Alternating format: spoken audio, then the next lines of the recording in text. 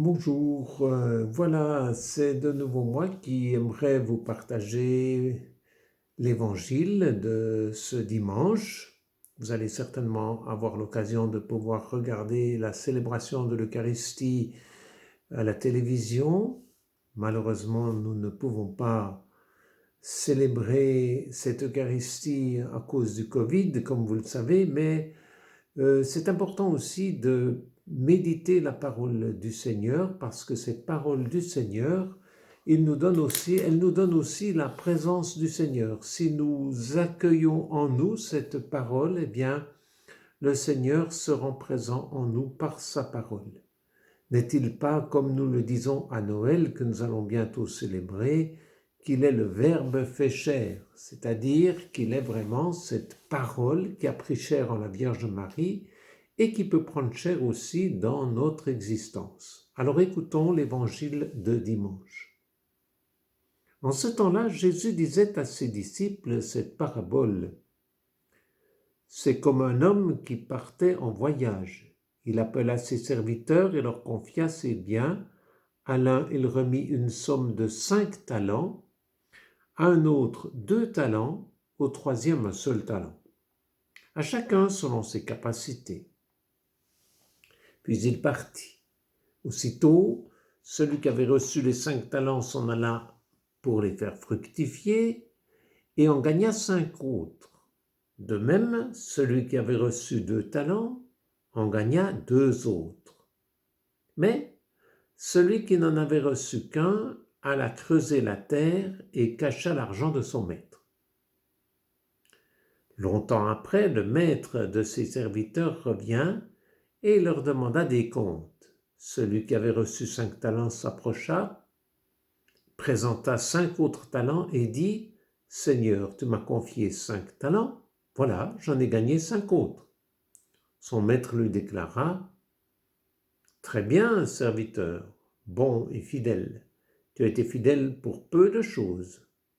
Je t'en confierai beaucoup. Entre dans la joie de ton maître. »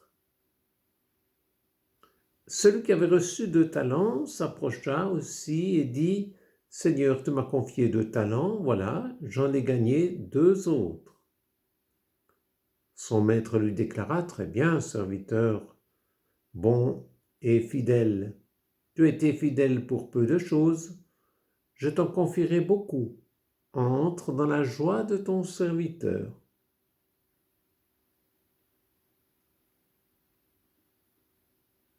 Celui qui avait reçu un seul talent s'approcha aussi et dit « Seigneur, je savais que tu es un homme dur. Tu moissonnes là où tu n'as pas semé. Tu ramasses là où tu n'as pas répandu le grain. J'ai eu peur et je suis allé cacher ton talent dans la terre. Le voici. Tu as ce qui t'appartient. » Son maître lui répliqua « Serviteur mauvais et paresseux. Tu savais que je moissonne là où je n'ai pas semé, que je ramasse le grain là où je n'ai pas répandu. Alors il fallait placer ton argent à la banque, et à mon retour, je l'aurai retrouvé avec les intérêts. Enlevez-lui donc son talent et donnez-le à celui qui en a 10. À celui qui a, on donnera encore, et il sera dans l'abondance. Mais celui qui n'a rien se verra enlever même ce qu'il a. Quant à ce serviteur bon à rien, jetez-le dans les ténèbres extérieures, là où il y aura des pleurs et des grincements de dents.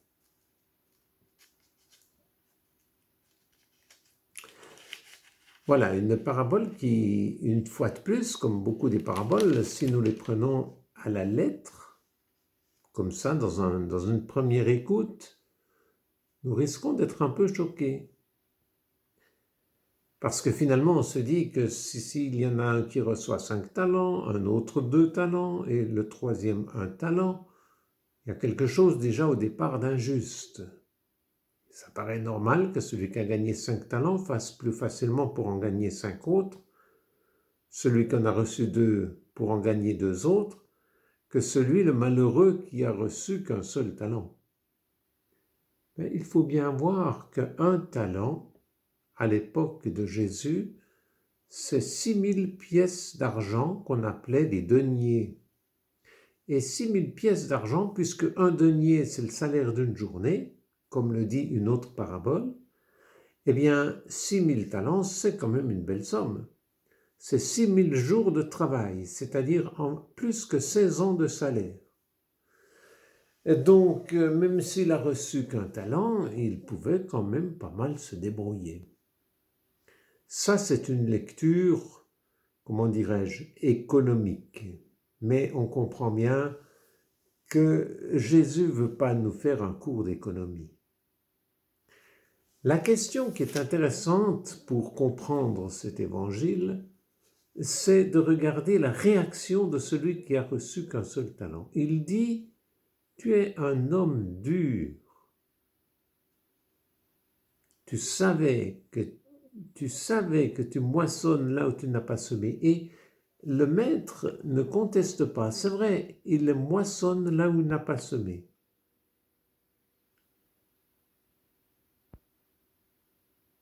Et il ramasse effectivement là où il n'a pas répandu le grain. Pourquoi?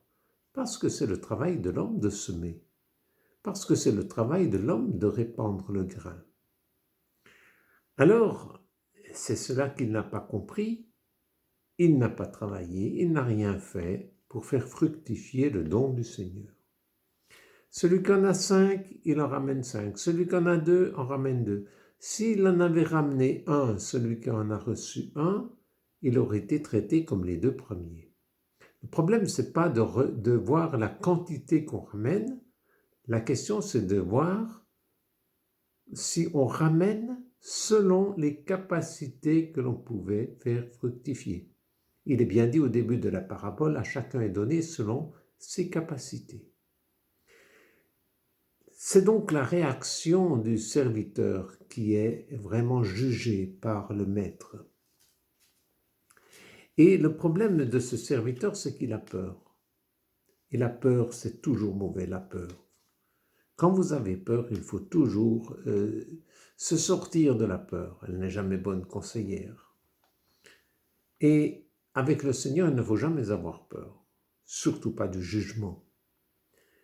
La question, c'est pas le jugement de Dieu ici qui est sévère. C'est le jugement du serviteur qui est sévère envers son Dieu.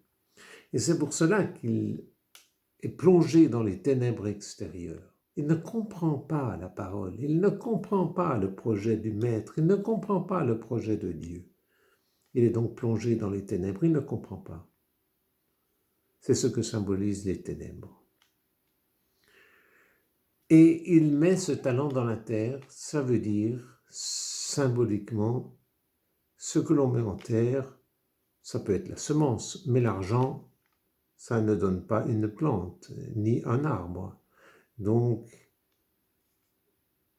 il aurait mieux fait d'acheter du grain. Avec son talent, il aurait pu 6000 deniers. Et là, il aurait pu semer et ça aurait donné du fruit. Mais en enfonçant, en enfouissant de l'argent dans la terre, ça ne donne rien. C'est la mort. Ça ne pousse pas. Il n'y a rien qui pousse avec l'argent. C'est pas l'argent qui fait fructifier. C'est pas l'argent qui est important.